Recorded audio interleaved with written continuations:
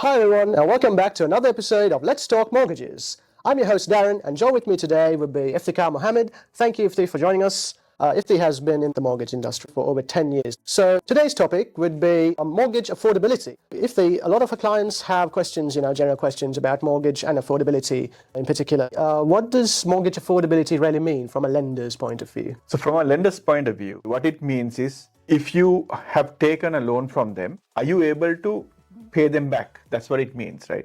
So for example, let's say you have a disposable income of £1,000, but let's say your mortgage payment is also £1,000. So that means there's no room for, things to move, right? So that's the problem that lenders will look at. So they'll see whether you can afford to pay the mortgage, plus there's a buffer just in case other things change, like expenses increase or, your family circumstances change.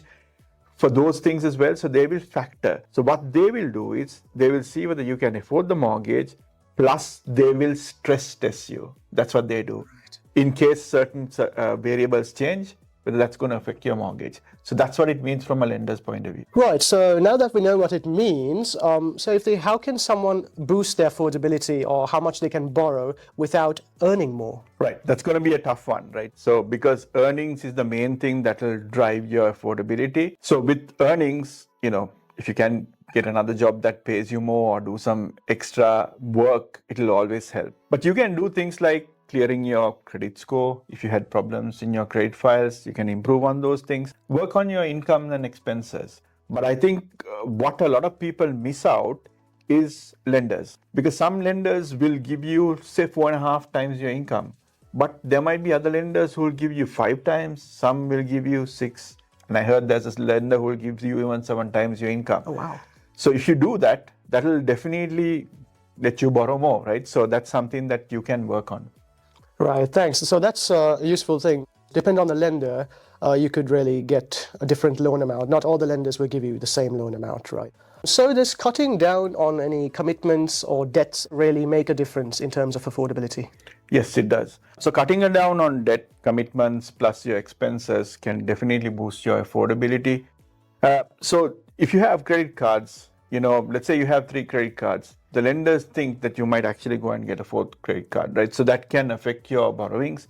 But also a credit card, end of the day, is a loan that you have to pay to the bank, right?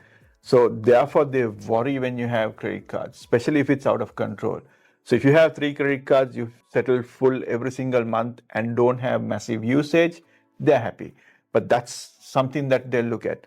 So don't have credit cards with balancers and don't just use credit cards just because you have one, right? So that's a problem. So with expenses, if you cut down on certain expenses, that will definitely help you boost your affordability. There are a lot of duplicated expenses, right? I see on people's statements that they spend money on Amazon Prime, they also spend money on Netflix, and they spend money on other stuff, which is very similar, but all that is a cost that's duplicated, right?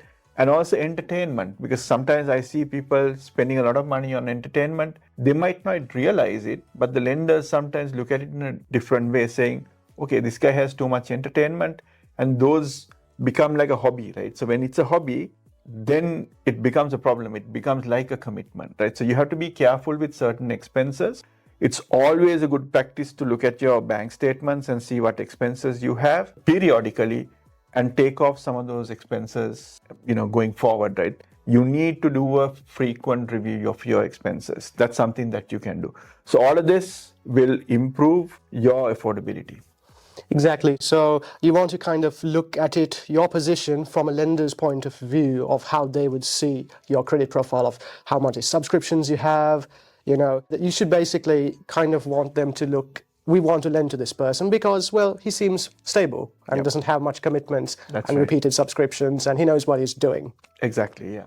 So another question a lot of our viewers have asked us is getting a joint mortgage going to improve affordability?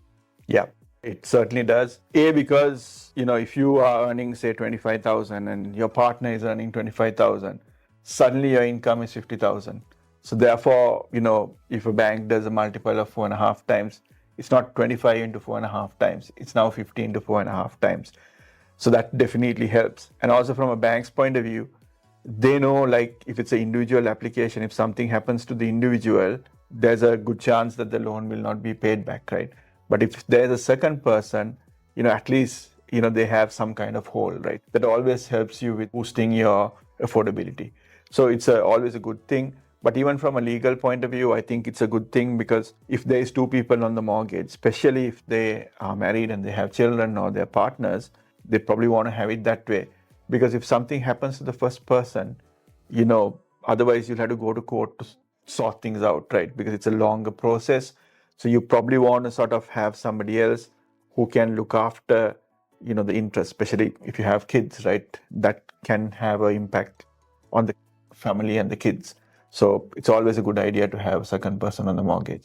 Right, okay, perfect. So that makes sense in terms of, like, I like to think of it like engines carrying a big train, pulling a big train, really. So the more engines in front, the easier it is to pull the whole train, right? And if one engine dies, well, the other one can pull the train.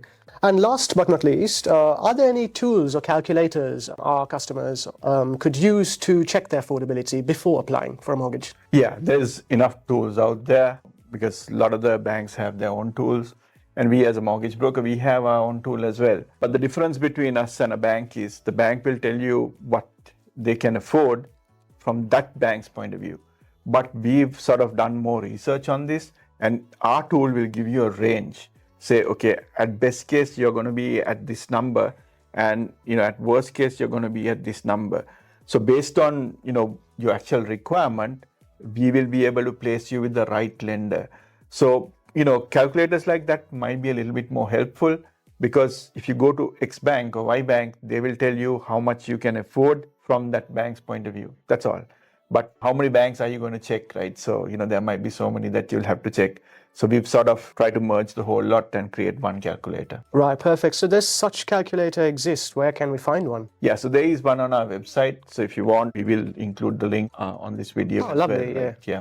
So we'll include a link to our affordability calculator in the description box below. So that's a wrap for what is affordability and how I can improve it from Let's Talk Mortgages. I hope this video answered a lot of your burning questions of mortgage affordability and how you can boost it. Of course, if you have any more burning questions, feel free to fire them down in the comment section below, and we'll be more than happy to answer them in our next video of Let's Talk Mortgages. And if you did enjoy this video, don't forget to smash that like button and subscribe for more interesting, informative videos such as this one.